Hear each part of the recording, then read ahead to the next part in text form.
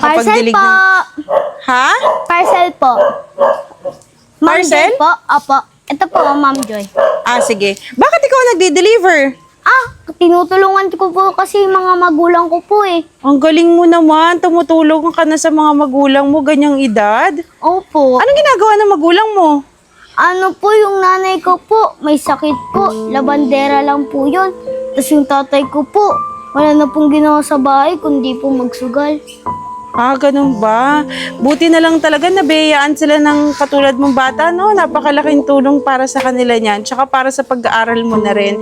Akin na, dahil dyan bibigyan kita ng tip. Wait lang ha. Wait lang. Ay, thank you po ah. Malaking tulong po yan sa pag-aaral ko.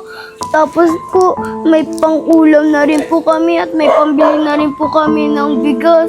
Maraming salamat po ate. O sige na, ito na yung tip mo. Huwag ka nang umiyak. Tip? Sabi mo ate, tip.